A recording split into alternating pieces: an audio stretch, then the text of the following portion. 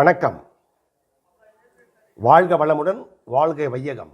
எல்லாரும் எல்லாமும் பெற வேண்டும், இங்கு இல்லாமை இல்லாத நிலை வேண்டும் அப்படின்ற கருத்தின் அடிப்படையில் உருவாக்கப்பட்ட இந்த பதிவில் பார்க்குற அனைவரும் வாழ்க்கையில் நிச்சயம் ஒரு திருப்பம் வரும் நம்பிக்கையில் இதை பதிவு பண்ணுறேன்.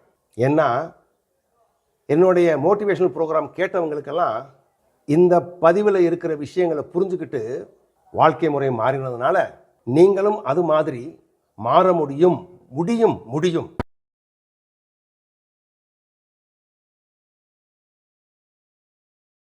முடியும்ன்றது ஒரு எண்ணம், கோபம்ன்றது ஒரு எண்ணம். உண்மையா பையா? எல்லாமே எண்ணம். இதுக்கு முன்னால் பதிவுகளை சொல்லியிருக்கேன். எண்ணங்களின் ஒரு தாக்கம், எண்ணங்களின் ஒரு அமைப்பு, எண்ணங்களின் ஒரு மூட்டை, எண்ணங்களின் ஒரு பயங்கர சுமைதான் மனிதன். காலையிலிருந்து தூங்குற வரைக்கும் வர்றது எண்ணங்கள். அதனால கோபம்ன்றது ஒரு எண்ணம். கோபம் வரலாமா வரக்கூடாதா? கோபம் வரும். ஏன்னா மனித இனம் என்பது மிருகத்தில் இருந்து விலங்குகள் இருந்து வளர்ந்து வந்த ஒரு பரிணாமத்தின் உருவாக்கம் சொல்றாரு டார்வின். டார்வின் சித்தாந்த பிரகாரமே இதுவரைக்கும் நம்ம பார்க்குற விதங்கள் எல்லாமே மனிதனுடைய வளர்ச்சி கீழே இருந்து அப்படியே மேலே மிருகத்திலிருந்து மாறுபட்டு 6வது அறிவு வந்தவுடனே மனுஷனா அவனுடைய விவகாரம், பேச்சுவார்த்தை, மொழி எல்லாம் நடக்குதுன்றது உண்மை. அப்படின்னா எப்படி உண்மை? சில சமயங்களில் நம்ம ஓன்றுவோம், கர்றன்னு சொல்லுவோம், நாய் மாதிரி குறைப்போம், குரங்கு மாதிரி கத்துவோம், கீன்னு சொல்லுவோம், ஓன்னு சொல்லுவோம். இதெல்லாம் உள்ளே இருக்கிற மிருகம் வெளியே வர்ற ஒரு அமைப்பு.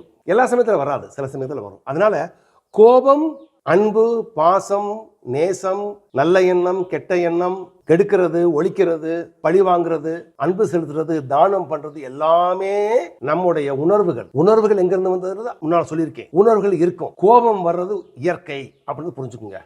இயற்கையா? சத்தியமா? உண்மை. விஸ்வாமித்திர கோபம் வரலையா? யாருக்கு? சிவனுக்கு கோபம் வரலையா? விஷ்ணு கோபம் வரலையா? யாருக்கு வரல கோபம்? கோபம் வரும். அது இயற்கையின் ஒரு தத்துவம். ஏன்னா எல்லா உணர்வுகள், அன்பு ஏன் வருதுன்னு கேட்பீங்களா? காதல் ஏன் வருது? காமம் ஏன் வருது? வரும். மனித உணர்வுகள் இருக்கிற எல்லா உணர்வுகளும் வந்துகிட்டு இருக்கும், போய்கிட்டு இருக்கும். சந்தர்ப்பத்துக்கு தகுந்த மாதிரி, சூழ்நிலைக்கு தகுந்த மாதிரி அந்த உணர்வுகள் வெளிப்படும். கோபம் வரும்போது சொல்லிட்டு வருது, ஏதோ ஒரு என்கவுண்டர், யாரோ சந்திக்கிறீங்க, யாரோ தேவையில்லாத விஷயம் ஏதோ நடக்குது, அது வந்த உடனே உள்ள சொல்லாமல் குபீர்னு வெளியே வரும். தவறே இல்லை. பாம்பு உஷ்ன்னு சொல்லேன்னா என்ன பண்ணுவோம்? ஃப்ரை பண்ணி சாப்பிட்டுருவோங்க. புலி குருன்னு சொல்லேன்னா சுட்டு கொண்டுருவோம் நம்ம. அதனால எல்லாருக்கும் எல்லா குணங்களும் இருக்கும். அதை கையாளுற விதத்தை பத்தி சொல்ல போறோம். என்ன சொல்றோம்? கோபம்ன்றது இயற்கை. கோபம் வரும், வர்றது உண்மை, வர்றது சத்தியம். வந்த கோபத்தை கையாளுற விதத்துல தான் கோபத்தோட நீங்க குதிரை சவாரி பண்ண போறீங்களா அல்லது கோபத்தை விட்டுட்டு சவாரி பண்ண போறாங்கன்னு தெரிஞ்சிடும். உதாரணத்துக்கு உங்களுக்கு தேவையில்லாத ஒரு விஷயம் நடக்குது, வீட்லையோ வெளியவோ, உடனே உங்களுக்கு குருன்னு கோபம் வருது. கோபம் தெரிஞ்சு போச்சு உங்களுக்கு.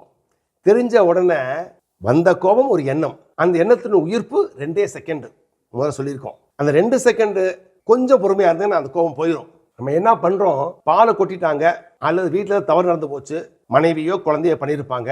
அதை என்ன பண்றோம்னா, போன வாரம் பண்ண, முந்திர வாரம் பண்ண, அதுக்கு முதல் வாரம் பண்ண, அதுக்கு முன்னால பண்ண, இப்ப பண்ண, அப்ப பண்ண சொல்லி சொல்லி போற கோபத்தை பிடிச்சு வச்சுக்கிட்டு அந்த கோபத்துக்கு மேல அப்படியே நீங்க என்ன பண்றீங்க?